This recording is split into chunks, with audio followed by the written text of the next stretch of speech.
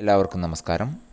കണ്ണൂർ യൂണിവേഴ്സിറ്റിയുടെ 6th semester, 4th semester, 2nd semester valuation, അതിൻ്റെ result, അതുമായിട്ട് ബന്ധപ്പെട്ട കാര്യങ്ങളാണ് ഈ വീഡിയോയിൽ നിങ്ങളുമായിട്ട് ഷെയർ ചെയ്യാൻ ഉദ്ദേശിക്കുന്നത്.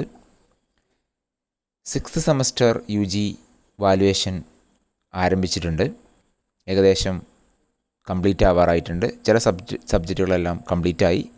ഈ ഒരു ശനിയാഴ്ചയോടുകൂടി തന്നെ എല്ലാ പേപ്പേഴ്സിൻ്റെയും വാല്യുവേഷൻ കംപ്ലീറ്റ് ആവും എന്നുള്ളതാണ് മനസ്സിലാക്കാൻ പറ്റുന്നത്.